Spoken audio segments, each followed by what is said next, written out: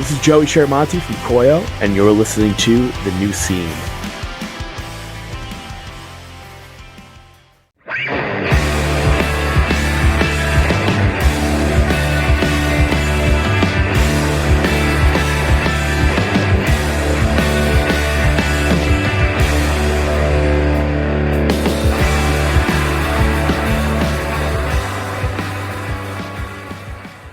Hello, everybody, and welcome to The New Scene. I am your host, Keith, and we're back with another brand new episode. And in the guest host chair today, I've got Joe Grillo back on the show. Joe, welcome back to the show. Thanks, Keith. How are you? I'm doing great, Joe. You know, it's great to have you back here. Joe, not that we need to, but let's give the people a rundown of your extensive resume. Now, you correct me if I have any of this wrong. You are frontman and guitar player of the legendary band Garrison, yes? Correct. All right, and you are frontman of legendary Iodine Recordings band Her Head's on Fire, yes? Correct. And you are frontman of legendary other band Judas Knife, or is it the Judas Knife? It's just Judas Knife, and I play bass and guitar in that band as well.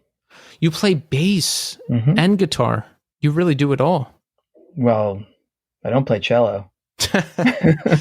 Okay. And you are co-frontman of Iodine Recordings too, yes? That's the Casey show. I just loom around in the back. I see. So you're like merch guy or something? Yes. I'm not like the roadie. I'm the roadie merch guy that actually doesn't do any of the work. Casey does it all. Well, Joe, it's great to have you back. You know, it's always good to talk to you. And listen, everybody, we've got a very exciting episode of the show for you to kick off this wonderful month of September. We have Ian Shelton of Militarie Gun and Regional Justice Center. Now, Militarie Gun just very recently got on my radar. I heard them and I liked them, and I saw their recent gig in New York City at Rockefeller Plaza, which was a great show. Listen, you'll hear about all of that. You'll hear all about Militarie Gun. You'll hear all about Regional Justice Center. Ian's doing a lot of great stuff, and it's a great conversation. Tell them, Joe. Tell them. Yeah, it's fantastic. You know, I think that I really, really enjoy his enthusiasm. You know, it's nice to hear somebody speak about music and the camaraderie of playing music and the people he chooses to play music with so much positivity and enthusiasm. He's just excited about it, and which makes me excited about it. It's great. That conversation is coming up shortly. But first, here's how you can support The New Scene. Follow us on Instagram, Twitter, and TikTok at New Scene Pod. Shirts. We have shirts for sale at Death Wish Inc. Pick one up. It's a great way to support the show. Reviews. Give us 5-star reviews on Apple Podcasts and Spotify. You can write a review on Apple Podcasts, and you can leave feedback on Spotify. Let us know how we're doing. Also, you can always email me at newscenepod@iodinerecords.com. Also, don't forget to support Iodine Recordings. The new LP from Horsewhip, Consume and Burn, is available now for pre-order. That's out November 10th and features Jeff Howe from Reversal of Man and Combat Wounded Veteran. I've got an episode coming up with Jeff, and that's really good, so pre-order the record and keep an eye out for that episode of The New Scene. Garrison and Orange Island are playing a gig Friday, October 6th at the Middle East Downstairs in Boston. Get tickets before it sells out. Joe will tell us more about that in segment 3. Also, pre-order the new 7-inch from Garrison and Orange Island, Songs from a Central Massachusetts Mill Town. That's out October 6th. The Iron Roses self-titled LP is available now for pre-order. One Line Drawing has UK tour dates kicking off November 2nd in Brighton. Go see Jonah if you have the chance. And Rebuilder is on tour now in support of their new LP, Local Support. Sign up for the Iodine email list. You'll find out about everything first. For more information, head to the Iodine Instagram at Iodine Recordings or to the Iodine website at iodinerecordings.com. Also, say hello to our sponsor for the month of September, Triumph Printing Company. Triumph Printing Company was started in 2005 by Matt Reed, With nearly 19 years of service, Triumph is operated and run solely by Matt. Triumph offers graphic design and screen printing services, and they have printed for bands like Bane, Be Well, Death Before Dishonor, and End It. They've also printed for national brands like Grillo's Pickles, radio personalities like Sam Roberts, from Sirius Satellite Radio's Jim and Sam, and WWE's Peter Rosenberg. And how about this? Triumph Printing Company has done a lot of printing for Iodine Recordings and the New Scene, those wonderful New Scene shirts that you have seen and maybe some of you have worn. Those were printed by Triumph Printing Company.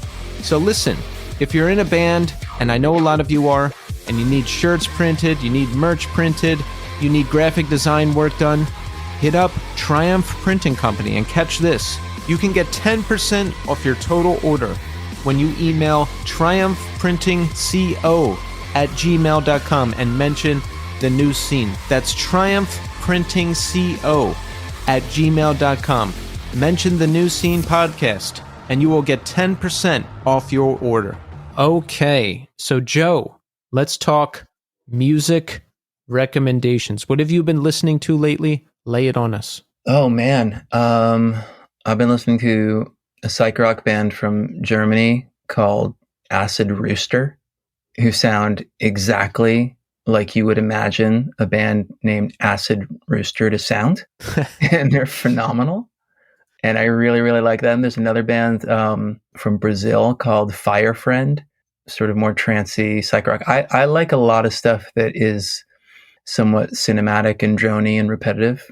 Yes. I still like my heavy guitar rock when I'm cycling or running, but I think that like when I'm just like working or sort of kind of in the zone of getting things done, I like to sort of trance out to a lot of different tones. I feel you on that. You know what I listen to when I'm working, Joe? What? I listen to Silent Hill music, like the video game. Like the staticky thing? There's all of this Silent Hill music that people make and put on YouTube. It's like slowed down, reverby remixes of music from the game. Sometimes they add rainfall sound effects. Sometimes it's just light ambient stuff. And there's so much of it, and it's all so good. I have like 10 bookmarks of stuff that I listen to. So if you're out there and you're interested in that sort of thing, just search for it on YouTube. There's a lot of great stuff there. You know what I really enjoyed the other night is I was trying to talk to my kids about like basic percussion, and so we were talking about songs that have finger snaps in them instead of snare drums. And there's like we were just going back to like sort of like songs that were stripped down, and we listened to Peggy Lee's Fever, and that whole song is it's an upright bass, drums, and her voice, and it's so cool. And I just put that on like Pandora radio, and then it started cycling me through like Billie Holiday and Nina Simone, and just like so many beautiful female fronted bands where the voice is just so front and center, and the music is just really, I mean, in the truest sense of the word, supports it. And it's just so moody and cool, and the tempos are so great, and the chord changes are so dark and minor. Really beautiful stuff. I got very excited about that. I love stuff like that when, it just pulled off really well and it really touches you. Minimalist stuff, like Jane Says is a good example. It's just acoustic guitar as far as I can tell, and just those few chords. Yeah, GD over and over again. Mm-hmm. And then Owen is great. He'll do like it'll just be like acoustic guitar and maybe one piano line and maybe one or two other elements, and that music really gets me. I love that kind of stuff. It's really cool when you hear something, the repetitive nature of something that even if it's repetitive, it starts to like sink in. Like the Red House Painters, I think it's on Songs for a Blue Guitar. It's the song that's like, Have You Forgotten How to Love Yourself? And he keeps saying over and over again, it's like an 8-minute song, like, have you forgotten how to love yourself? And like the first time you're like, oh, that's cute. And then the second or third time you're like, all right, dude, I get it. And then like when you're a few minutes into this, you're just weeping. You're like, yeah, I actually have fucking forgotten how to love myself. Thank you. And there's something about that repetitive nature of melody and rhythm together that can be so evocative. Well, besides Silent Hill ambient remixes, I've been listening to New Bermuda by Deaf Heaven, their second full length, the 2015 one. Okay. That one's really good.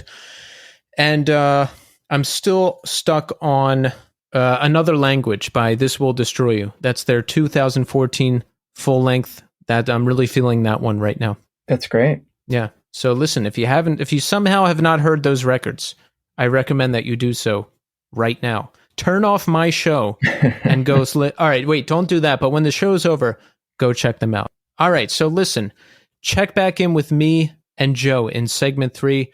Joe's got a lot going on. There's some exciting Garrison shows coming up, right, Joe? That's true, man. It's going to be a good time. Yeah, so we're going to talk about that. We're going to talk about how we're doing. We're going to talk about everything. But right now, we are going to speak to Ian Shelton of Regional Justice Center and Militarie Gun.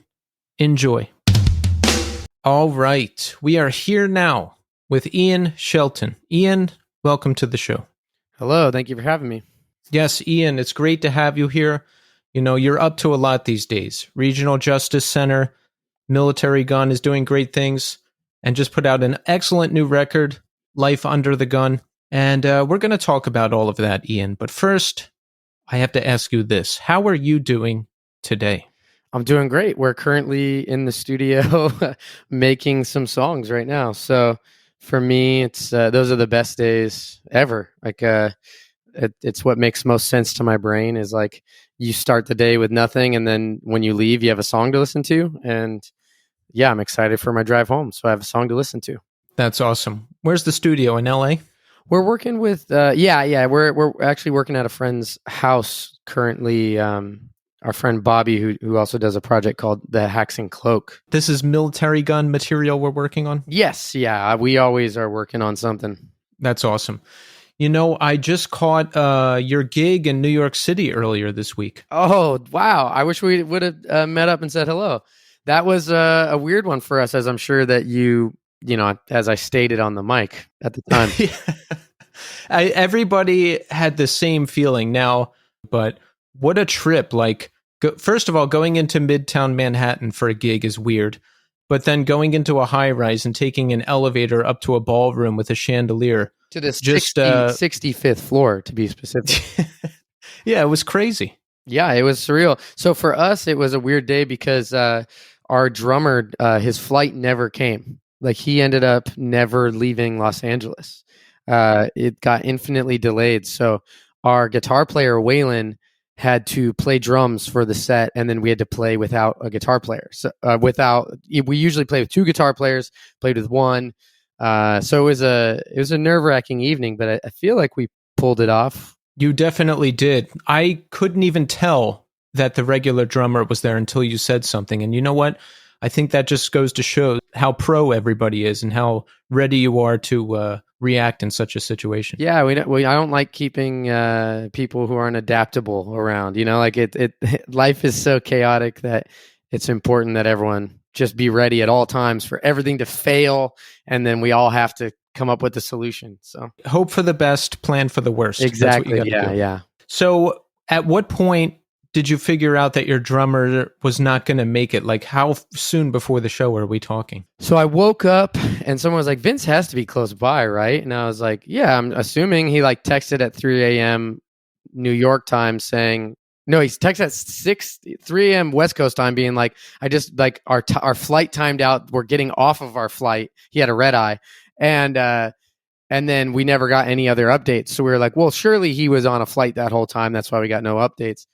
And then we texted him, we're like, Vince, where you at? And he's like, I'm waiting to try to get on a flight. And it was noon in New York. So we were like, oh shit, we're not playing a show tonight, huh? Like that's what's going to happen. And then slowly I came to terms with the idea that Waylon would drum. He played 2 shows on drums for us before. He's played every instrument in the band at this point.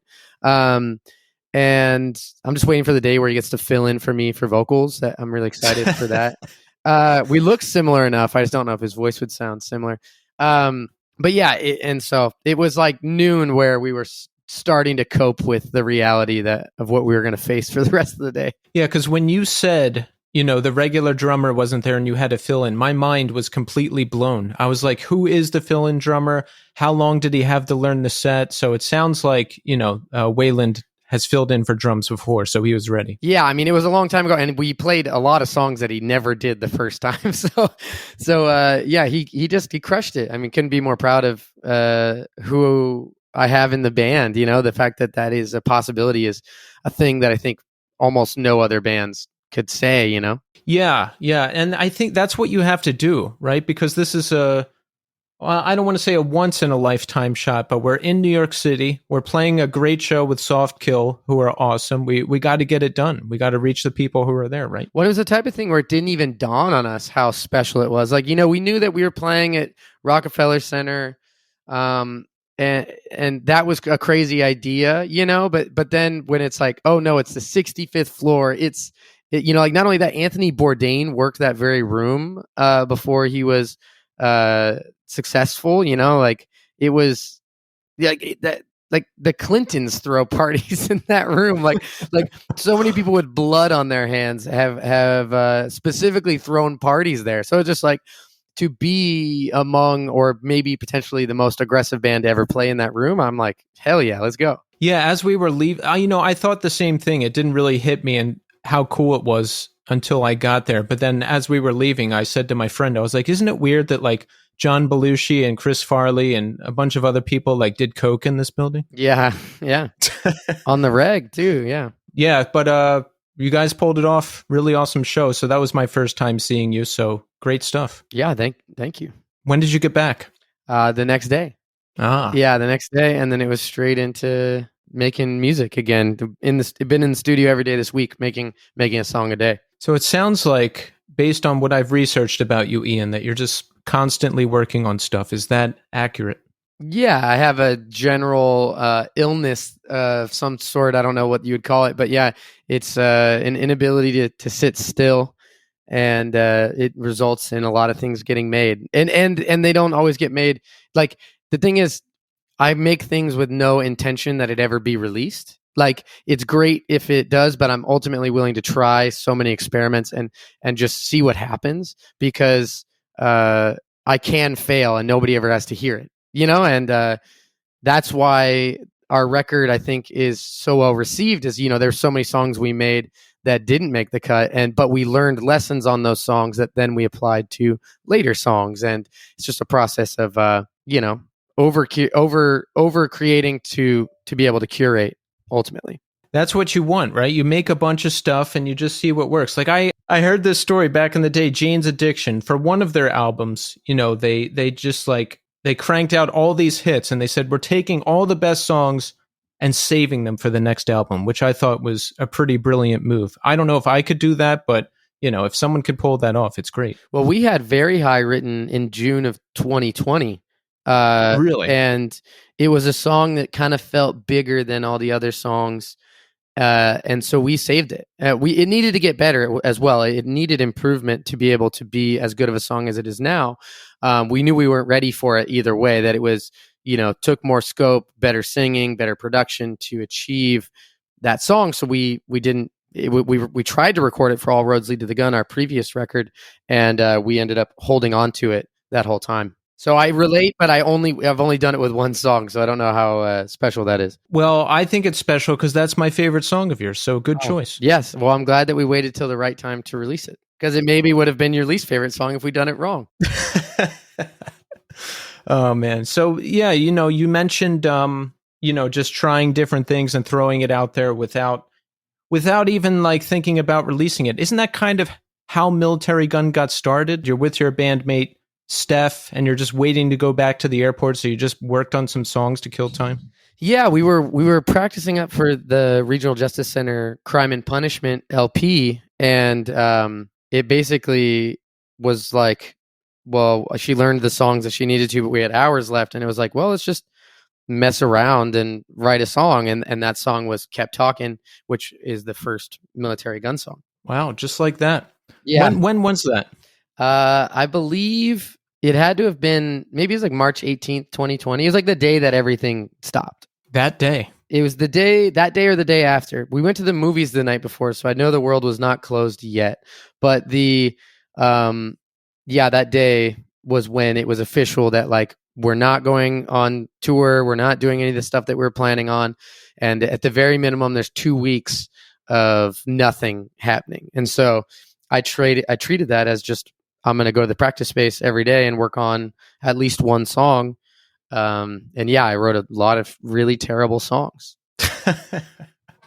Did any of those songs end up becoming Militarie Gun or Regional Justice Center songs? Well, so the complicated thing was why Militarie Gun started was the Regional Justice Center record had already been written. So it was the type of thing where it's like, well, shit, I can't, I don't want to complicate it by overwriting, because that's a band I don't overwrite for. I have a very specific framework of the way things are supposed to work and fit. And then I just was like, I'm going to do something different. Because at the time I was really into doing like projects. And so I thought this was just going to be like a demo I released and then move on with my life. But I ended up writing so many things. I mean, the first day I wrote 2 songs. One of them was Kept Talking. The other one got scrapped. The next day was A New Low for Progressive Society. So it was like the framework was falling into place pretty fast. As far as like songs that would end up being actually used for releases, there would be like the early ratio was probably like for every 3 songs made, one would make the cut. And you're living in Los Angeles at this time? Yep. How did you end up there from Washington? So I moved down here to quit music to some degree. I had been directing music videos for bands, and in the pursuit of filmmaking, I wanted to come to Los Angeles and work with bigger clients, try to work my way into directing commercials and hopefully eventually doing movies. But then my obsession with Regional Justice Center and just touring and kind of, it always overtook everything else in my life. And for a while I was doing this really shitty thing where I'd go from tour and I'd be in pre-production for a video on tour, and then I would arrive home, we would have the tech scout day, and then the next day would be the shoot day. So it just was like a suicide cocktail of anxiety and lack of sleep, and it was absolutely miserable what I was doing to myself at the time. But my goal was ultimately, I was like, I'll stop playing music in like a touring capacity and I'll just do filmmaking. But ultimately, music is like what pulls at me every day. It's the thing that I wake up with a song in my head every day. Like I don't wake up thinking about a shot in a film. I wake up with a song. So ultimately, I just could not escape it.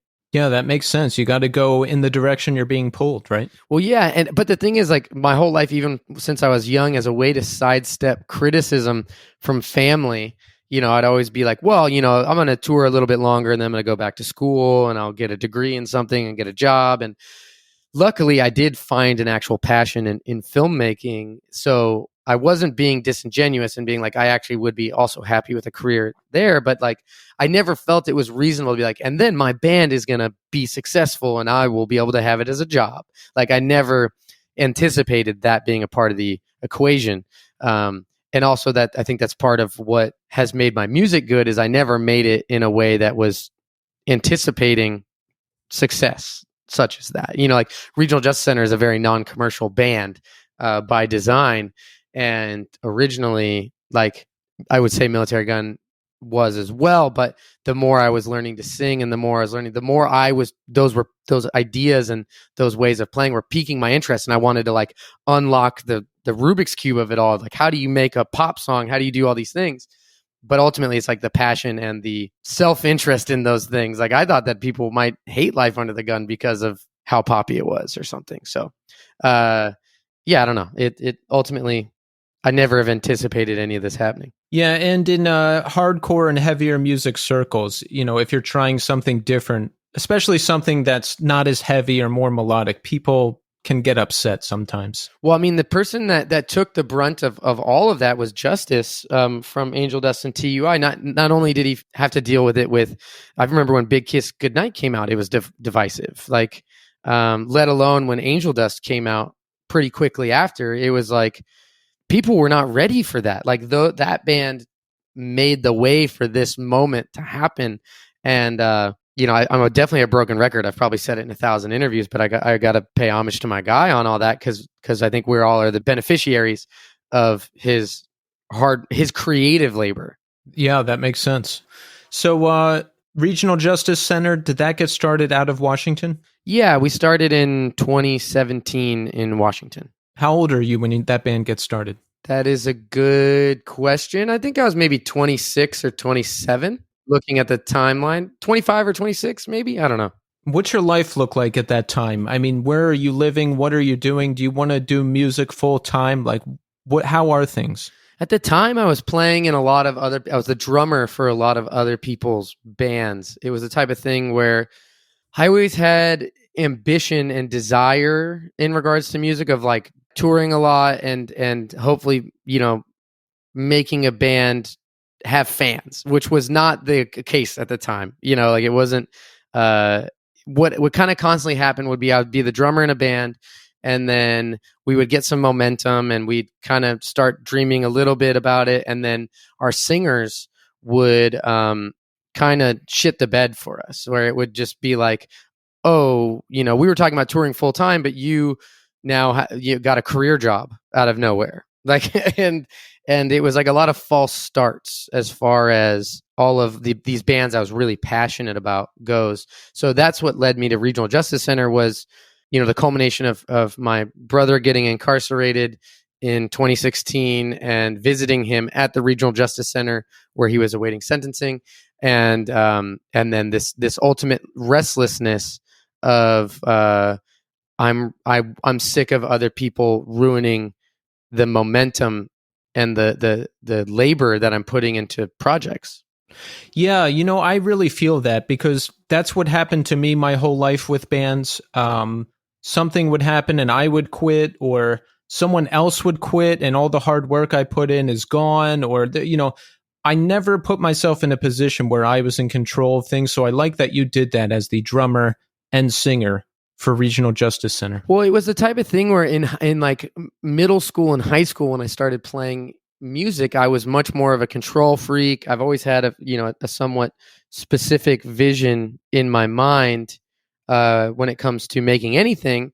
But I let myself kind of fall to the background, and I was a little bit less comfortable speaking my mind. And I was a little like, I didn't feel capable of putting myself out into the world. I felt very self-censoring at the time as far as my own vision for things and like putting myself out there lyrically or anything like that. I was a little afraid of, honestly, at the time. And so it kind of took RJC happening to shake that and get back to kind of the way that I created much closer to when I started creating music the first time. Yeah, and and I have a lot of respect for anyone that manages to do that, like fronting a band and taking that leap when they're younger, because it is really, really scary. I didn't do it for the first time until I was 35, 36, and I just don't think I was capable of it before then. Yeah, I mean, I feel like at a young age it was easier because it's all pure ego, and then you grow up, and specifically where I was coming from, I just wasn't comfortable with putting myself out there to people. Which people might think is crazy because I'm obviously always on these interviews saying crazy shit about my life. But it took me a while to get back there. It definitely was easier when I was younger, I think. You mentioned your brother who was incarcerated. I've heard you talk about that and how you were actually at a Regional Justice Center, which is where the band name came from.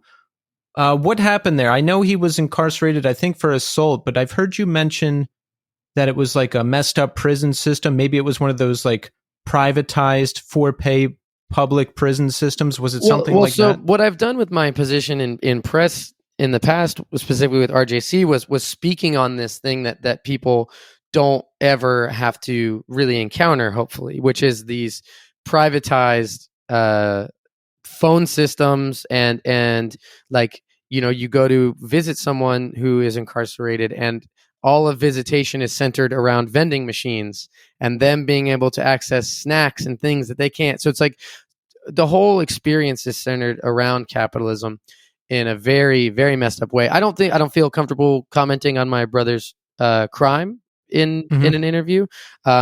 We are working on music where he will hopefully be able to speak for himself and represent his own identity. I mean, I don't think commenting on the crime is really my place, though. No, understandable. Yeah, and it's just gross how everything in this country, they just find a way to churn money out of it, even prisons. Well, I mean, that one's literally a hostage situation, you know. It's and people who specifically in county, when they're awaiting sentencing or awaiting their fate, you know, like county can be a lot more gnarly than the actual prison, because it's people who are not properly grouped, like in the way of like violent criminals, sex offenders. Like everyone's just in one one situation, you know. Yeah. And that type of situation, you need family, and during those times, those are when the phone calls are the most expensive,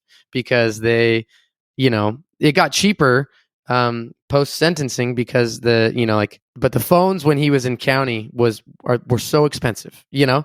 And it's a hostage situation is what it is. You're telling me that the calls get cheaper after sentencing? For our case, because he was moved to a different facility, which has a different structure for these things, but the same company runs both. Ugh. I'm surprised and not surprised, but that's gross to hear that they're gouging people like that. I mean, it's probably the type of thing where they know it's not sustainable, where family members are where the money comes from. Right. For these things. So they know probably on someone who's been sentenced to years that it's not sustainable to overcharge them. So they probably drop the price down in a way that makes it so you don't, you know, like, so that's actually sustainable, that it is a situation that people will continually pay for. Where in county, people are usually in there for, you know, months, rarely years. And, you know, so it's more expensive there. I can't really comment on the actual inner workings because they keep that very, very private. It's a very shady system, but it is what it is. Yeah. So Regional Justice Center, we get that started. How do things start to pick up? I know you eventually put out a record on Closed Casket, which is a great label. Yeah, I mean, it's funny. I've been thinking about the momentum and trajectory, like unpacking the timeline in my head a lot recently. And my thing is, we were just touring nonstop. Like it was a lot of like 2 to 3 week tours, and we just went at it. And I was like thinking about for how long we were like a band with like 100 monthly listeners while we were like touring so relentlessly, like really no proof that the band would ever gain an audience. But at the time it was like we sold 20 pre-orders. Like that was the coolest thing in the world, you know. Like when we put up our demo 7-inch, I remember it was 20 pre-orders, and I was like, that's growth. You know, like it was very exciting. So it just was really relentlessly touring, but also relentlessly writing. And To Live a Lie put out our first LP called World of Inconvenience. We did a EP on Triple B called Institution, and then ended up with Closed Casket, where we did a standalone song 7-inch, and then we did our LP Crime and Punishment. So that came out. Now, did you get sidelined by the pandemic? I guess so, right? No touring, and the record came out. The record on Closed Casket came out in March of 21, and I think things were still pretty closed at that point. Yeah, no shows. Yeah, we got sidelined. And it was the type of thing where that was meant to be everybody performing on the record, but because of the lockdown, I ended up having to perform everything on the record myself. And I'm pretty sure we recorded that record in April 2020. So it's funny. It's funny thinking back to the timeline of it all, of like how crazy and restless I felt. But it was like still I was hitting like major milestones of like, I probably recorded the Militarie Gun demo April 2020. I recorded Crime and Punishment April 2020. I dropped the first Militarie Gun May 2020. You know, it's like it all was very close together, but it felt like an eternity at the time. It must feel really good too to be doing these bands and to be hitting these landmarks, right? Because you said you were drumming in a bunch of bands previously and something would go wrong, singer would leave. People aren't committed, but now that you're taking control of this thing, you're getting things done, and I would guess more to your vision of how you think they should be done. Yeah, definitely. And with that, it also, people are familiar with my work ethic. So they, like people who have entered the band are very familiar in advance of the fact that I'm going to try to grind us to death in every aspect, Now, that's a good question. How do you find the right people? Like I tried to put together a band before and I couldn't find the right people, so the band just stopped. But I also just lost the desire to keep trying to find people. I mean, I guess you had been playing out and you knew a lot of people in the scene and whatnot. Well, yeah, I mean, ultimately I needed people to achieve the vision of either project, I'm the one who gets interviewed, but this is a labor for 5 people, Yeah. And with that, it just was like sometimes it's talent. Most of the time for me, it's just about passion. Our guitar player, Will, he this is his first band he's ever done. And he didn't even own a guitar when I asked him to be in the band, but he was coming with me to recording sessions and I was sending him demos and he was so excited about the band. And I was just like, he's this excited about the band. He would be really excited to be in the band. And he helped me with a lot of music videos over time. And I just knew he would be down to roll because that's who he is as a person. He is just a dude that wants to be involved in something cool and creative. And so that's who I asked, even though, he wasn't a guitar player and he's had to grow into that role and he has because he's passionate. That's good to be able to spot that, right? I mean, yeah, I hope it's good. It's definitely come back to bite me in times where I've attempted to push people forward and it's hit a wall and you have to then have the honest conversation of like, oh, this isn't working, but yeah, it's worth it to be surrounded by people who are passionate and not just, people working a job. I've read that you'll still include all members of Regional Justice Center in promo shots and other things that you're doing, like even people who can't be in it right now. Is that correct? We have in the past. I mean, just logistically, I don't know how possible that would be for the future. There's been too many people who play in the band that live in too many places. I would love to do one massive family photo of everyone who's ever played in the band, but I don't know how that sounds expensive. Yeah, but I think that's good because you never know who's not going to be able to do a tour or who is, or if you might need somebody at the last minute. Like my band is spread out in 3 different states that are really far from each other. So I like the idea of like, oh, we can ask this person or this person if we need to. Yeah, I mean, ultimately, it's like about there has to be a lack of ego in it. The train keeps moving even when you're not on it. That being said, I mean, Militarie Gun is meant to be a band of 5 people, and Regional Justice Center is meant to be a band of 4 people. And I don't like it to be me with a group of people rotating around me. I want the identity of these people to be felt and heard in the music. I don't want this to be completely about me, as it seems like it often does end up being, but it's like trying to build out that and making it clear that it's not the will of one man. There's a lot of other people's contributions to these things. Absolutely, and I think that's why people like bands, right? Because it's the people, it's the stories, it's the lore, it's the journey of that band together. It's our journey with the music as we grow with it. Like having all of those people together is important. Yeah, 100%. And that's what makes it a living, breathing thing. Like the most exciting bands to watch are the ones where it's like, it feels like it could come off the rails, but it's not. And they're doing this tight wire act that you can't quite understand how they're achieving that. And that's alive. That's people playing together. And that's the goal is to achieve that. Absolutely. So you move from where in Washington did you live? I'm from a small town called Enumclaw, Washington, but I have lived in Tacoma, and then before moving to Los Angeles, I lived in Seattle. Which one did you like the best? I like Los Angeles the best, honestly. How about in Washington? What was the best, Tacoma or Seattle or your hometown?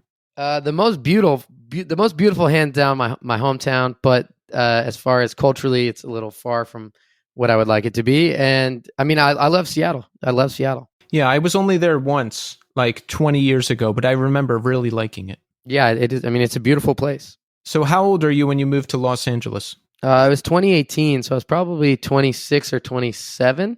Probably 27. And did you make headway in terms of directing videos and the film stuff you wanted to get involved with? Oh, instantly. It was like I literally was directing a video for Drug Church. That was like my first like time being given money to make a video.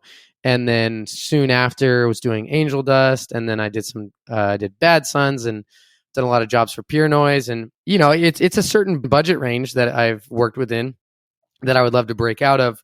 But as far as skills and the ability to get paid, it almost like changed instantaneously. Part of that was the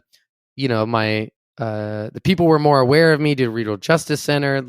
There's other aspects at play. The perception of me was actively changing for people. But it was really quick after moving, honestly. So it sounds like you had some connections. You were able to get involved with things because of Regional Justice Center and other people that you knew. Yeah, definitely. Yeah, it was coming together kind of quickly, probably quicker than other people, but I do think there's just always something happening here. So if you're looking for it, you could find something to be involved in. So how did you end up getting pulled back towards music?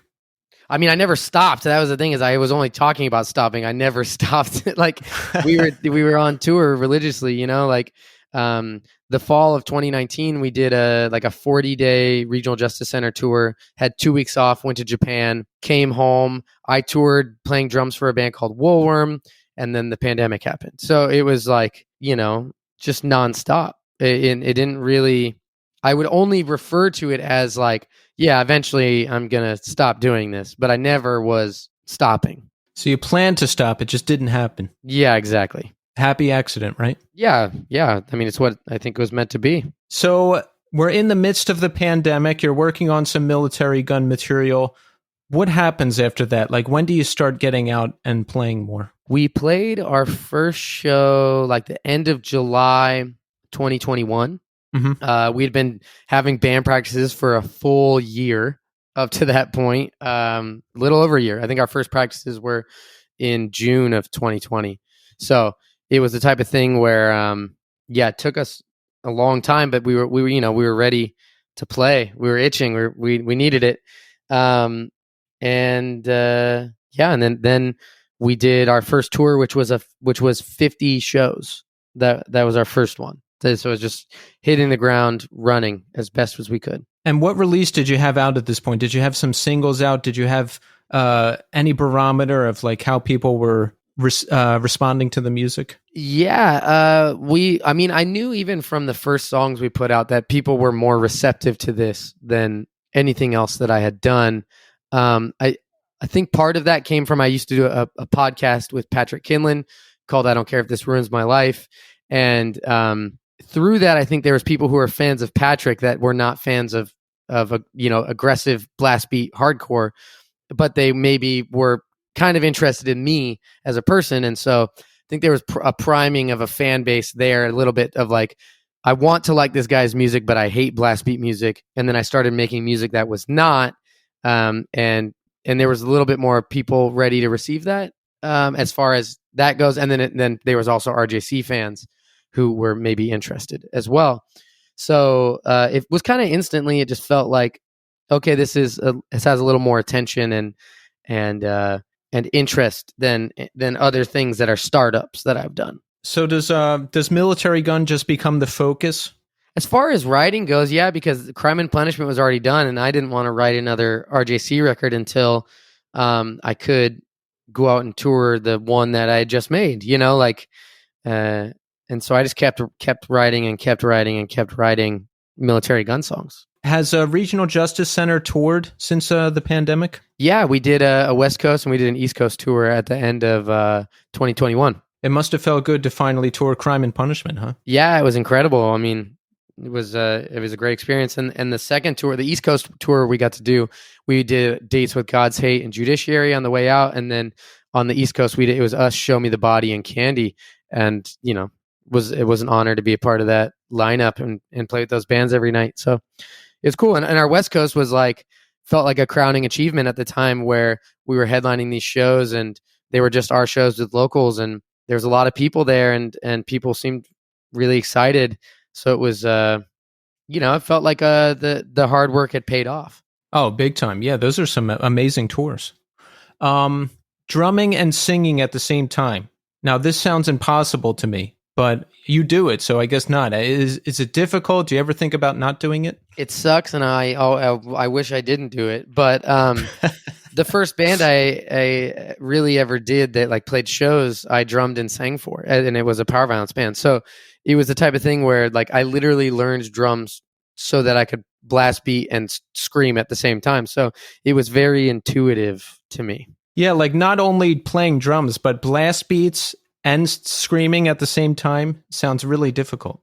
The blast beat's the easiest part because it's like the most mechanical. Like once you learn the beat, you can kind of fit a lot more rhythms over top of it in a more elaborate way because your body's moving at a steady pace, where some of these breakdown rhythms or other things can feel really complicated to move your hands in different ways, all the while singing something. And I don't write the songs thinking about, oh, I have to sing and play this. I just try to write the best version. So, it's complicated, but you slowly learn it over time. Right. Like, I couldn't play and sing before, but there came a time where I just had to do it. So I just sat there and hacked it out until I found something that works. That's what you got to do. Exactly. It's just the exact same process. So for Militarie Gun, obviously a change in sound from Regional Justice Center. What kind of influences do you have? What bands are you drawing from? I hear a lot of Modest Mouse when I hear Militarie Gun, especially the earlier stuff, some Fugazi, some of that stuff. Definitely Fugazi and Born Against, and then like Greg Ginn's guitar playing were big influences. I mean, pretty rapidly we moved away from the noisy guitar playing, and that was largely to do with the fact that I had to teach those parts to other people. And the good thing to me about noisy guitar playing is the nuance in the bends, and I have the mental illness of being able to hear like the most microcosmic difference between things. And so I hated handing those parts to play to handing them to other people to play. So I was like, well, that doesn't work. I need to write different types of guitar parts. But yeah, early days, it was, Modest Mouse specifically started creeping in more and more because I was like, well, Isaac Brock yells and sings. How do I do that? And there's definitely a lot of scrap songs that probably go a lot closer to Modest Mouse than we've released. But as far as vocal approach and lyrical approach to some degree, I feel like a lot of the lines that I say would feel like a character in an Isaac Brock song would say that. But I distill it to just me saying it. Yeah, I don't know. So like I always think of the line, I'm trying to live my life with nothing to hide and no one to fight. And I'm like, if that was an Isaac Brock lyric, he would say, he said, I'm trying to live, and he would put those lyrics into someone else's mouth because he likes speaking from characters. So, I don't know. A lot of thoughts go into the ways in which it's similar or dissimilar. But to me, that is a big touchstone for us. Definitely Fugazi. And then as time goes on, just was really taking the culmination of any guitar band that I have interest over time. And a lot of classic rock, honestly, as well. A lot of the Beatles, the Who, the Kinks, and then just making it feel more aggressive. I like that. You said you did 50 tour dates when you first set out? Yep. How soon you said things were picking up pretty soon because it had a bigger reception than any of the other projects you were involved with. How soon do we get label interest from Loma Vista? So we started talking to Loma Vista during the pandemic and for All Roads Lead to the Gun, but ultimately the conversations didn't pan out the way that we had hoped with us getting signed, which ultimately was like a way better thing for us to be able to grow as a band independently of anyone really having any say in what we did. Like all the way through, we recorded Life Under the Gun before getting signed. So, we were very self-sufficient, and it was really so much about how do we feel about these songs and how can we do what we're trying to do. So you had to go out there and make them better. Exactly. I mean, the first tour, the 50-day tour, we were listening to the demos for Life Under the Gun with the sequence of the record pretty much exactly as it is now. And we were discussing how do we make these songs better, and how do we take this to the next level. And our final tour date of the year was like December 12th or something like that. And then I think we recorded drums for Life Under the Gun like January 4th of 22. So it was the type of thing where, everything moved fast because that's just the way I prefer it to, is I hate waiting for things. So it was important that we just kept it moving. So when did you actually sign with the label? Probably like May or June of 23, and then we released Let Me Be Normal like a couple weeks later. Ah, okay. Yeah. Which was a different recording session. Like all those extra songs on the All Roads Deluxe were written or were demoed before Life Under the Gun, but were finally actualized and finished being recorded like post the recording for Life Under the Gun. Oh, really? Yeah. I don't know how important any of this timeline shit is to people, but it's funny to me to think about. Yeah, it just helps me make sense of everything. That's why I ask people like, how old were you or where were you? It somehow makes it all click together in my mind. Yeah, definitely. Wow, great company on that label too. Just a lot of good bands. And Korn. Yeah. Label mates with Korn. Come on. We've toured with Limp Bizkit and we're label mates with Korn. These are things that a young me would love to know about myself now, You actually toured with Limp Bizkit. We did the final 3 dates on their last tour, yeah. Really? How was that? It was incredible. It was awesome. Their set list was awesome. Fred is so nice. He's got his ear to the ground, I reposted a video of MS Paint and he's on there commenting about it being good, like he's hungry for new music. And it's it's a very interesting thing that I thought would never happen, but here we are. Yeah, he must know what's up, because I had a Kat from Scowl on the show before, and she said, he found that band and reached out to them, and they did a run with them too. Yeah, exactly. Same tour, different legs. So. Ah, okay. How does he get in touch with you? How does that happen? It's all booking agent stuff, business. I see. So the booking agent comes to you and says, we have these Limp Bizkit shows for you. What do you think? Yeah, basically. So we have the new record out, Life Under the Gun. How are things going? How is the reception? How are we feeling about it? I feel great. I mean, we worked on it for so long, and it's amazing just to see people enjoying it and talking about it and listening to it, and then seeing people react live is, it's very surreal having sat on it for so long. So it feels incredible. When did you actually record it? January of 2020. January and February of 22. Okay. Oh, wow. Yeah. Whoa. So that was a while ago. Yeah. And we demoed it in full before we ever played a show. So why did you have to wait so long? Just release schedules and all that stuff? Waiting for the right time. It was the type of thing where we wanted to build an audience to be there to receive it instead of, just releasing songs early just to have them out, where if you lay the groundwork, I think that you'll have way better results. How does that work? Like, does the label want to put it out earlier? Like, do you go to them and say, no, we want to go out there and play some shows? No. First? They definitely, I mean, any label who is good is saying, give us the most amount of time to build the strategy around this and make it succeed. Like rushing to release records is not how you have a great ability to market it, and that's why you have a record label. If we didn't want to market our records properly, we would just do them ourselves and there wouldn't be all this other stuff that we've got to do. And so that's where the great value is waiting and building the plan and then executing that plan. That makes sense. How do you figure all this stuff out? I guess just years and years in the business, right? I just study. That's it. I mean, I'm an obsessive, listener and I obsessively think on the different various ways to do things.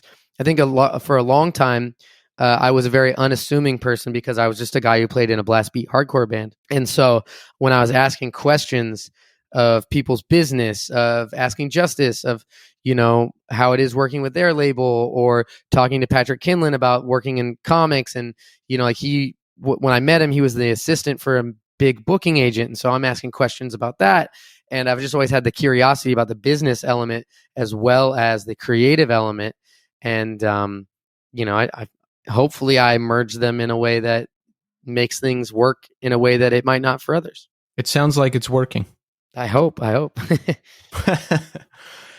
So What kind of things do you write about? Is it personal? Like, do you have a theme for a record, or does the theme happen as you're writing? Like, what's going on? I find the theme definitely happens as it progresses. I don't go in with some like heady, like, oh, I'm trying to talk about this, but it's like when you have 8 songs next to each other and you're realizing they all somewhat have a common theme, or you start to go, okay, and then maybe I'll lean into it and try to write something that further encapsulates that idea.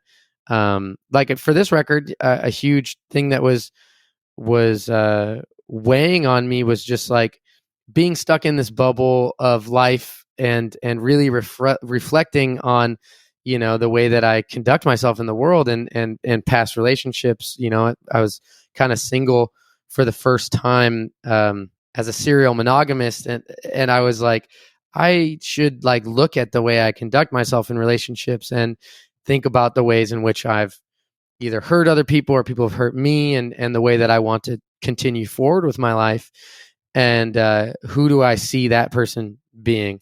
And so I think that's a huge part of life under the gun, is just being like observing like the cycles of which, getting hurt, hurting others, and kind of the third person aspect of culture surrounding this idea of people making mistakes and whether or not they can find a road back to redemption in their own life. Where are you at with that now? Are you single? Are you with somebody? Like, how do you view it differently now? I've been in a 2-year relationship now. So like when I started dating my current girlfriend, well, I guess we're almost at 3 years now, but the record was pretty much written already at that point.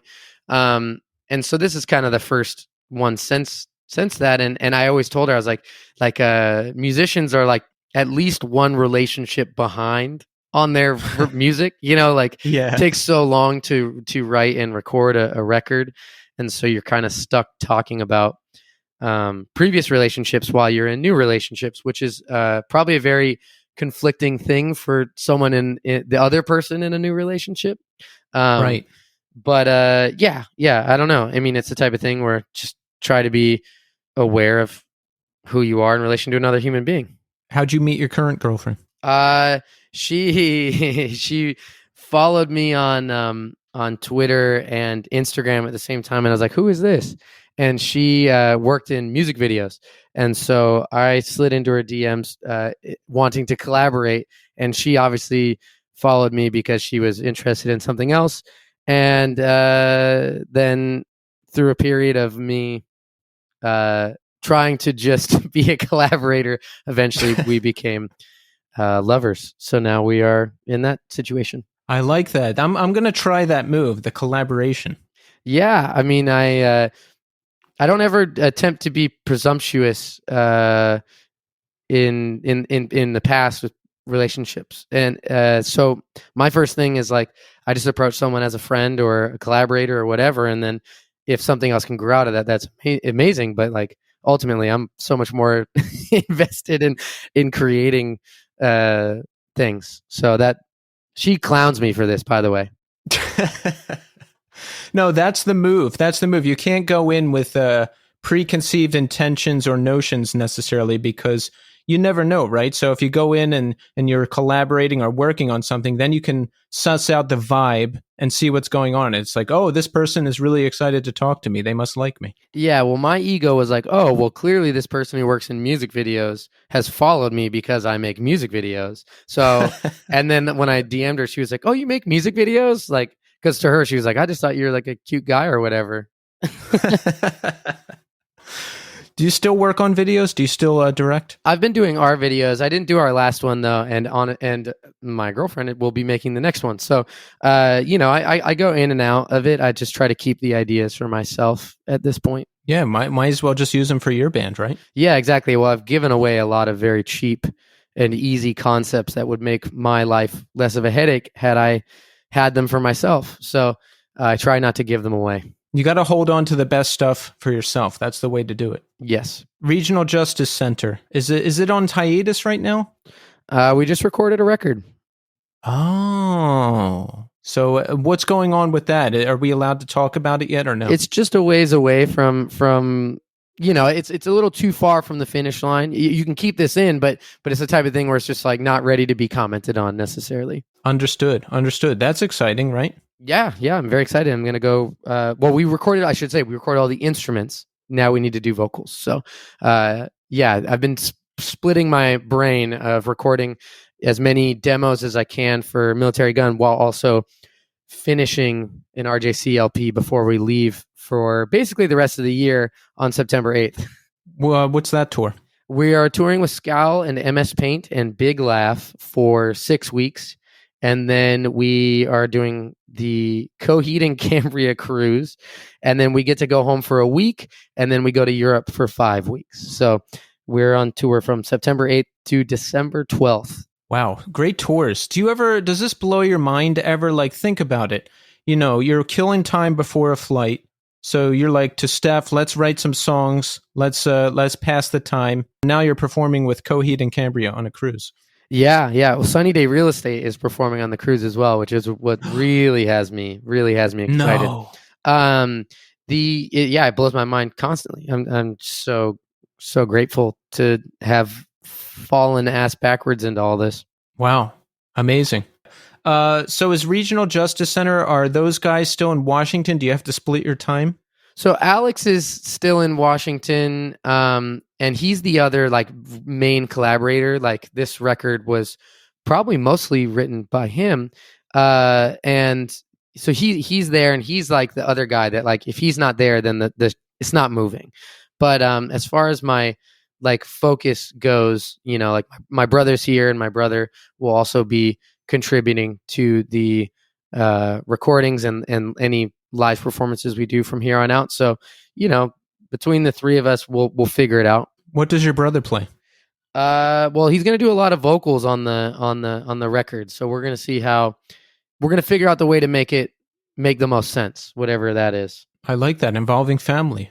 Yeah, well, I mean, the band is due to him. So if it weren't for him, none of this shit would happen. I probably wouldn't be successful with Militarie Gun either, you know, like so it's the type of thing where, you know, it's all about trying to point back to him at this point with that project. Is he with you in Los Angeles now? Yeah, he lives with me. Or well, we live together. I don't know why he says he lives with me. We live together in Los Angeles. How is that? Is it weird at all? Because I lived with my brother before, and it was weird back then, and we'll talk about it now, but I just try to say, like, look, we made the best of the situation. Everything's fine. It's all good. No, we love it. It's the best. I mean, having family close is one of the most important things to me. So, you know, getting to see him every day that I'm not on tour is important to me. I love that. Does he have a musical background? Like, did he do bands and stuff before? He didn't do bands. He makes music under the name Vatican Voss, and he's actually dropping new music on Monday. So everyone should check that out.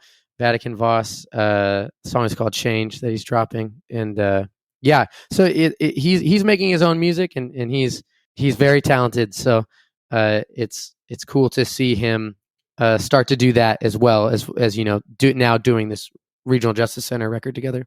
Yeah, and it's got to be great for him to just be getting back into life and things, you know, taking into consideration everything before, right? Because, I mean, I'm involved in recovery because I used to live a wild life too. And I hear these stories every day of people just coming back from insurmountable odds and being able to live happy and normal lives. So it's great that it sounds like he's getting to do that now too. Yeah, definitely. And I mean, recovery and the program is like a huge part of his and I's background. Like our mother was an alcoholic who was constantly relapsing. So it'd be these periods of going to AA meetings and you know, for all of my earliest experiences with it, my mom didn't have a babysitter. So, you know, I'm there for the AA meetings and I've heard the slogans my entire life. And all those things are, you know, what is largely being represented on Life Under the Gun is like that forgiveness, the letting go of resentment, all those things that I heard my whole life are now, you know, it's the rubber meeting the road as an adult of how do I carry that with me that's productive. I'm not sober by any means, especially because there's a song called Very High on the record.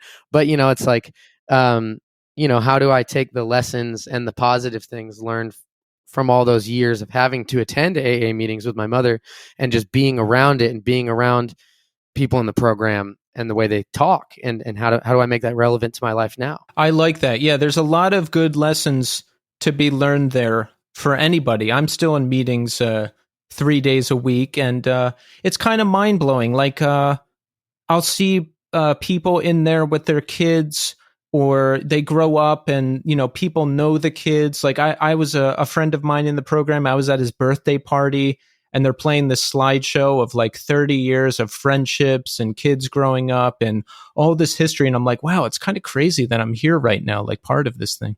Yeah. I mean, it's a crazy thing. I'm grateful to have grown up in that environment. And it's a really weird thing to say that, though, at the same time, because you're like, I'm fucked up because of all that. But I'm also, a more positive and forgiving person. And that's ultimately positive. How's your mom now? Is she around? Yeah. Her and I are very close. She's very close with my brothers, and there was big rocky periods, and we're grateful to hopefully be on the other end of all of it, but again, you take it one day at a time. That's what they say, one day at a time. What about your relationship with alcohol or anything else? Do you worry, like, maybe some of it's passed down in the family? Yeah, definitely. I mean, I'm not in I don't know how to phrase exactly what I'm trying to phrase these things without being like so self-effacing, but yes, I do worry. I'll say that much, I guess. Okay. So let me ask you this: are you doing okay? Do we need to talk later? Is everything all right? Yeah, I'm doing all right. Doing all right. All right.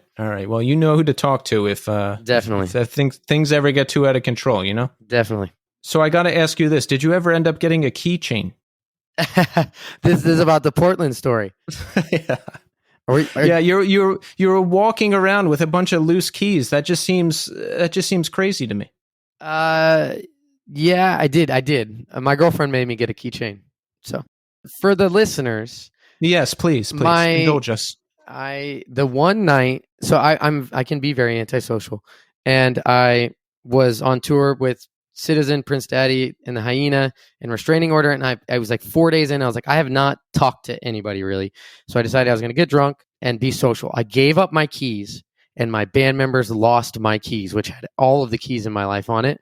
And to resent them when we got all the replacements, I refused to put them on a keychain and live a way worse life because of it. And that's the story there. So I have a question. How does you not getting a keychain like get revenge on them? I'm letting them know that they've forced me to live a less good life. See, I like that. Now, I have a question. So you handed a band member the keys. Do they know how they lost them? Do they know where they set went? them on the wheel well of the trailer, and then the van pulled away. Wow. Yep. Wow. See, I'm such a control freak. I wouldn't ever give anyone my keys because I'm that's like, the thing. I am a control freak, but then occasionally I try to relinquish it, and then I get fucked. Yeah, that's the thing. Never give up control. Yeah, that's a terrible motto. I don't think they'd say that in the program. That's for sure. Yeah, in fact, yeah. And they'd say the complete opposite, actually. But hey, I've been told I'm a control freak, and I say, you know what? Yeah, so what? I got to handle business. It's true. So you do have a keychain now. I do. Do you like having a keychain better? Do you find that things are easier now? Well, the crazy thing is, I currently this shows how chaotic and stupid my life is. My van is parked near my house. The keychain being the thing that has the van, that has the van key. I cannot find my keys, and I just had to eat a parking ticket because I couldn't move my van, and I still don't know. So I need to find my keys by next Wednesday. Otherwise, my van will be towed, and that's where we're at now. How long have the keys been missing? Since Wednesday morning, when I realized that I had no clue where they were. And the last time I touched them was the previous Wednesday. Now you have no one to blame but yourself. Yeah, now it's my fault. So, well, we talked about some of the tours that Militarie Gun has coming up. Sounds like for the rest of the year, some excellent tours. We know there's a Regional Justice record to look forward to. Is there anything else you want to plug here in the end or mention? Any shows, any other bands that you're involved with, anything like that? Just Life Under the Gun is out now. Run it up. Yeah. If you're out there and you somehow still have not heard the record, check it out. I think it's your strongest release to date, and I'm looking forward to more. Thank you. And if you're a person who made it through this interview and has not heard the record, you're a psycho. Why would you listen to this interview? Well, check this out, Ian. This podcast has grown so much that we have a base of people that listen to every episode, no matter who it is. Respect. Well, hopefully they enjoy it. Yes, Ian, thank you so much for coming on the show. Yes, thank you.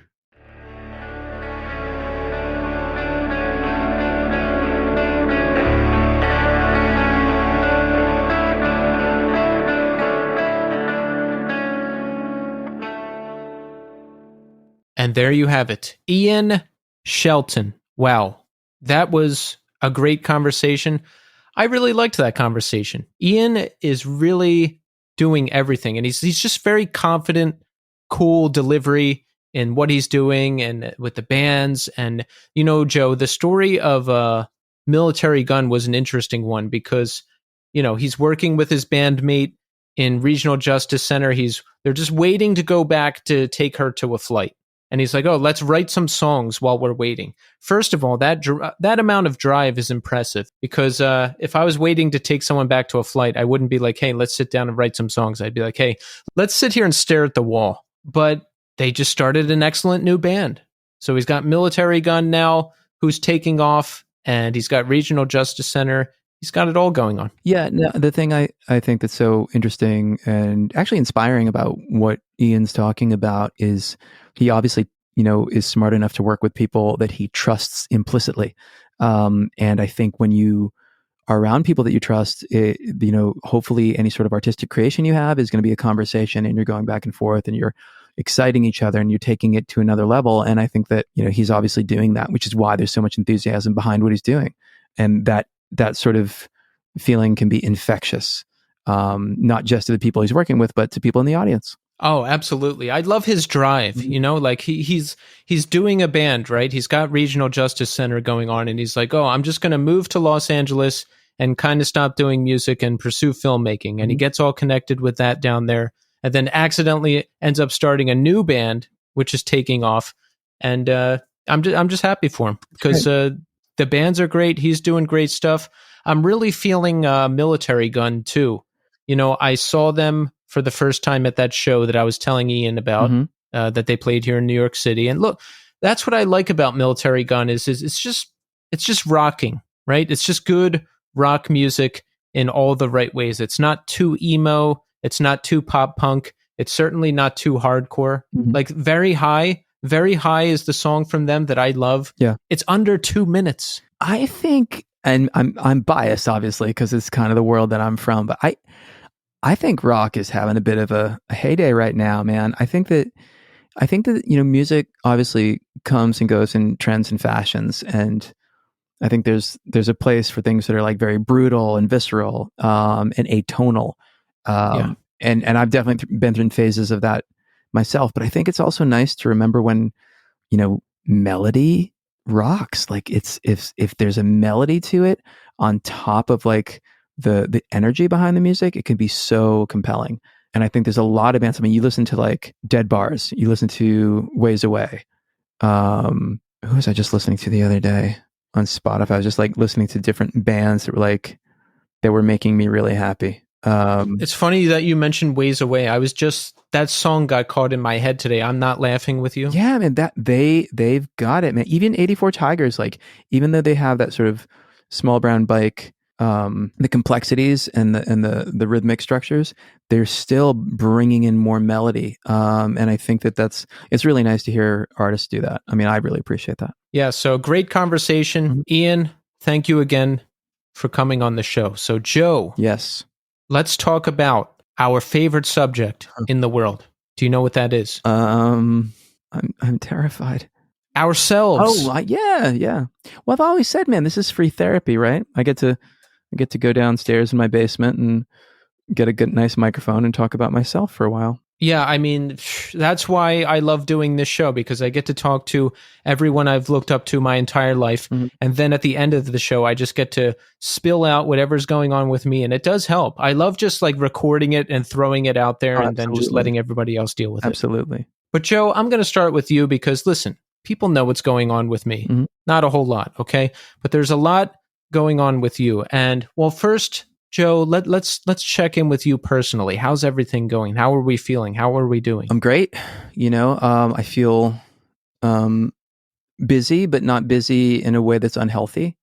I don't think being busy on its own is particularly interesting. I think it's a little bit boring to just be like, I'm busy, but I fill my time with a lot of creative endeavors that excite me.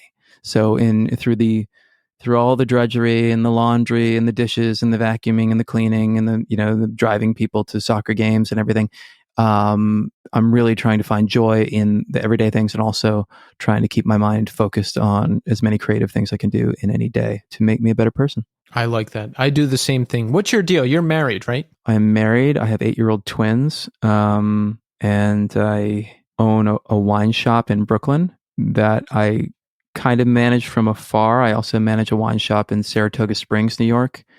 And I'm involved with 2 bands presently, Her Head's on Fire, which are recording a new record actually next week, with John Agnello, who I sort of would be known mostly for like Dinosaur Jr.'s stuff in the 90s, Sonic Youth. He actually did a little record called She's So Unusual by Cyndi Lauper. And I'm really looking forward to working with him. Judas Knife is just finishing up editing a short film with a soundtrack that will be coming out probably sometime around Halloween. And I work with Casey on Iodine Records too. So you've got a lot going on, similar to Mr. Shelton from Militarie Gun. Yeah, but they're all exciting things, so it's fine. You know what I mean? Like, I like my job, I love my family, and I love my bandmates and the art I make and the music I make. So, that's pretty cool. Twin 8-year-olds. Yes. Are they identical twins? Nope, one boy, one girl. Wow. Yep. That's got to be intense, right? It is. It certainly is. Whatever. It's fine. It's fine. It's fine. It just means I don't sleep a lot, but I mean, that's fine. You know? That comes with parenting. Yeah. Yeah. It just seems like that's part of the deal. Everything's relative, man. Like I remember there was one time my wife is from Hawaii originally. And so we flew to Hawaii, which is like some god awful length of time in the plane. And we landed and I had like 2 screaming children in my arms and like 3 bags and like a backpack, and I hadn't slept. And we're going through customs, and the guy, sort of watching me go through, just comes up to me and he says, "Hey man, it's going to be okay. My mom was a single mom of triplets." And I just looked at him and I was just like, she's a superhero, dude. I was like, I hope she never has to pay for her dinner again. I hope you take care of her. And he's like, "Oh, we take care of her." I'm like, "Yeah, because that woman shouldn't have to open a door for the rest of her life. She's a saint." That's amazing. But it just always, sometimes you just need somebody to come up and give you a little bit of perspective. Like, "Hey man, it's fine. Don't worry about it. You got this," Exactly. Sometimes that's all it takes. Yeah. Well, Joe, there's other exciting news going on. Garrison, my old band from the late 90s. All the original members, Guy Donalfo, Andy White, Ed McNamara, and myself have decided to get together and decided, we had a reissue of The Bend Before the Break last year, which far exceeded our expectations of people digging it, which was great. And we got invited to play Fest. And so I said, "Hey guys, do you want to do this?" And, I think it just took a few moments for people to be like, "Yeah, you know what? We're all in a good place now. Let's do it." And so, we decided to have a couple of warm-up shows because it'd be inane to not play for 23 years and then suddenly get on stage in Florida. So we booked a show at the Middle East in Boston upstairs, which sold out quickly, and it's been moved to downstairs. So there's still tickets available for that. And then the next night we're playing our hometown of Worcester at Ralph's Diner in Worcester. So that's going to be really fun. We're playing the first night with like Orange Island, which are old buddies. They're doing a reunion show. Pilot Gunner, who I love.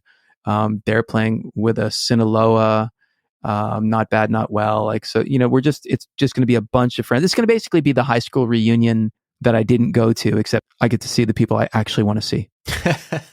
I love it. You know?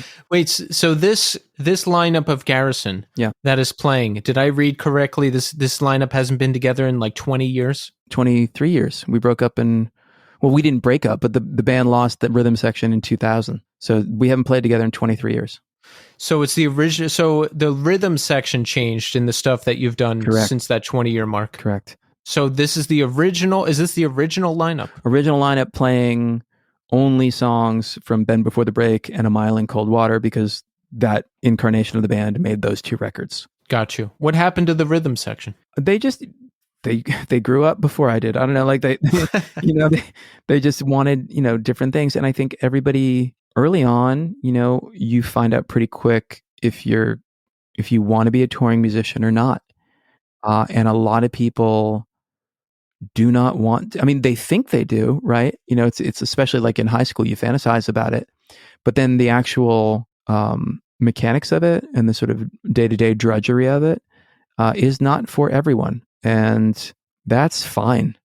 I don't think it should be for everyone. And so they are, everyone is very successful, wonderful, intelligent, empathetic human beings. And it's so great that we all get to catch up.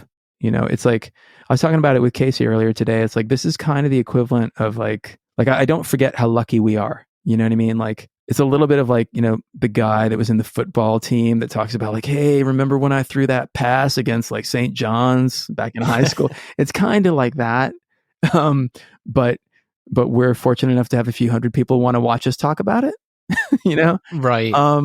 And we get to be on stage and play some music that we made a long time ago and have some people enjoy it. That's pretty fortunate. That's really, you can't ask for more than that. Absolutely not. It's an awesome thing. So, all right. So when you get the original lineup of Garrison back together, does that cause any problems with the newer lineup? Are they like, hey, why can't we play these songs? Or is it all understood and we all understand what's going on? No, everybody's cool. I think everybody knows that, like, that makes sense. Yeah, I don't think anyone has any hard feelings about it. At least not that I'm aware of. Yeah. Once you get to our age, like, I feel like people just kind of understand this stuff, Yeah. You said Her Head's on Fire are recording next week. Yeah, we're making a record next week with John Agnello. And I'm really excited about that. And we've got 14 new songs. And that band is kind of like a songwriting machine. So we've actually had the record done for the last 6 months. We've just been waiting to schedule a time to make it. And honestly, I guarantee you the week that it's finished, the week following, I will get a slew of songs from Jeff Dean. And he'll be like, here, I wrote another one. Here, check another one. I think he already has like 7 more songs written. Oh my God. Yeah, he's a machine. It's amazing. I wish I could write that fast. I write extremely slow. Well, the thing about it is it's easy on one level because, one, it's super collaborative and everybody trusts each other. So the way this band works, which is different from any other band I've worked with, is Jeff writes the songs completed on guitar, chord progressions, and he sends it to the drummer. And because they live in Chicago and we live in New York, right? So the drummer interprets it, and maybe he'll say, oh, maybe full time here, or like do a halftime thing here. But he doesn't give him too much instruction because we all trust Jeff because he's such a good drummer, Gensterbloom, to do his amazing work. And then it comes to me, and then I write the vocals to it. Once I'm done, it goes to Rodrigo, who plays bass, and the bass is added last. And because there's so much implicit trust that the band has with each other, other than once we get everything together, there's some like, oh, should we shorten that part, or can you open that part up a little bit? Other than that, like, there's nobody has anything but positive things to say about what everyone's played. So it seems somewhat effortless. Yeah, I wanted to ask about how things are recorded in that band, because in that band, you're just the singer. Correct. Is that weird at all? It's great. It's great because I don't have to worry about like the calculus that my hand might be doing while trying to write vocals. Right. There's a real freedom. I mean, it's great sometimes to play guitar and sing at the same time because you're locked into it, right?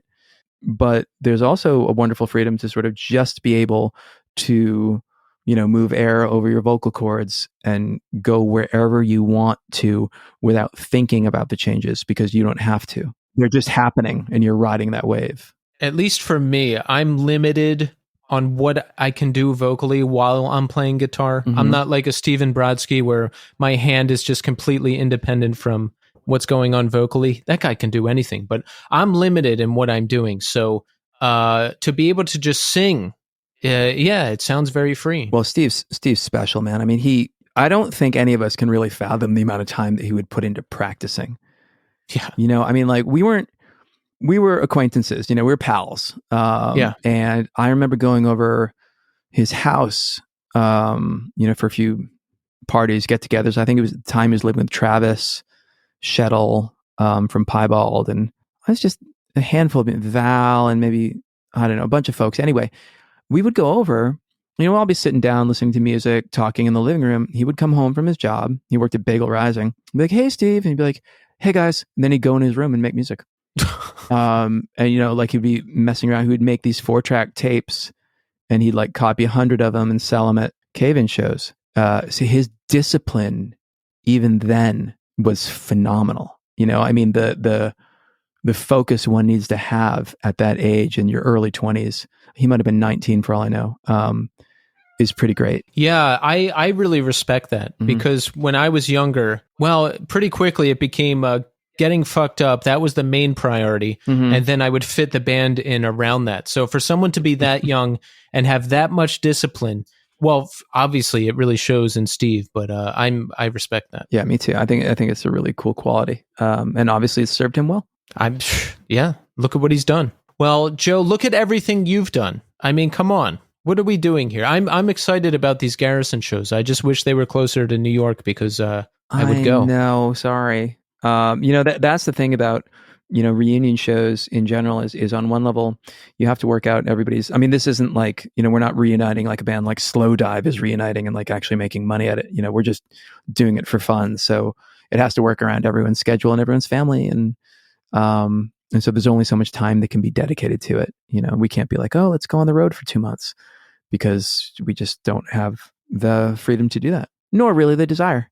You know, I think 2 shows in New England and 1 show at Fest, and I think we'll be like, that was great. See you in another 20 years. When's the last time Garrison actually played? This incarnation of Garrison played, the last show was at 5 Malbert Street in Boston. It was a house party at a woman named Giordana. And it got broken up by the police during our last song. When was that? I want to say 2000, summer 2000. Oh, really? Maybe autumn of 2000. Maybe it was a little bit colder in Boston. When is the last time a incarnation of Garrison played? Like the newer one? 2003 was the last show, and then we did a reunion show in 2012 because it was like the big Revelation reunion, which we weren't invited to. Really? But that's okay. And our On the Might of Princes, who are pals of ours, were playing St. Vitus, and they asked us to open. So we got together and learned a few songs. And I think we did one other. Game Face and Boy Sets Fire were coming to Boston, and they asked us to play with them. Or no, Restorations. Game Face, Boy Sets Fire, Restorations, maybe? Sounds about right. Yeah, I think so. Anyways, yeah, so we did that, but that was 2015, I think. And that was the last time. But this incarnation hasn't played for a very long time. Why wouldn't Garrison be asked to play Rev 25? I mean, come on. What are we doing? I don't, I mean, things with Jordan and Revelation are totally fine now, but they didn't end well. And I don't think anyone really wanted to see the sequel back in 2012. And I don't begrudge them for not inviting us. I don't think I would have played had we been invited because things just didn't end well. There's no need for me to go into the particulars, but again, they're fine now. So there was things. There were things. There's stuff and things. That's really nobody's business other than Jordan and I. But so yeah, I'm just trying to stir up things here for the enjoyment of the audience. That's all. Yeah. So to quote an early Piebald EP, sometimes friends fight. Hey, it happens. It happens. So, but it's okay now, right? Everything's fine now. That Garrison show that you played with On the Might of Princes, was that the St. Vitus show where Texas is the Reason ended up playing late at night? Yeah. Yep. No, that was maybe the next night. Oh, okay. But I was there for both of them, so it feels like the same night for me. Nice. Yeah. I had just moved here, so I didn't know about St. Vitus yet, but hey. They were great. I always enjoyed Texas. I thought they were good, but they played that, and then the last time I saw them play, they played Maxwell's, and those two shows, they were really good. I mean, maybe they were just so exhausted that they were a little bit looser at the St. Vitus show because it was so late and they'd played, Irving Plaza earlier. But yeah, it didn't have like the trappings. Like they could kind of be themselves a little bit more and just be in the zone. And those shows were phenomenal. I was at that Maxwell's show. Oh, no way.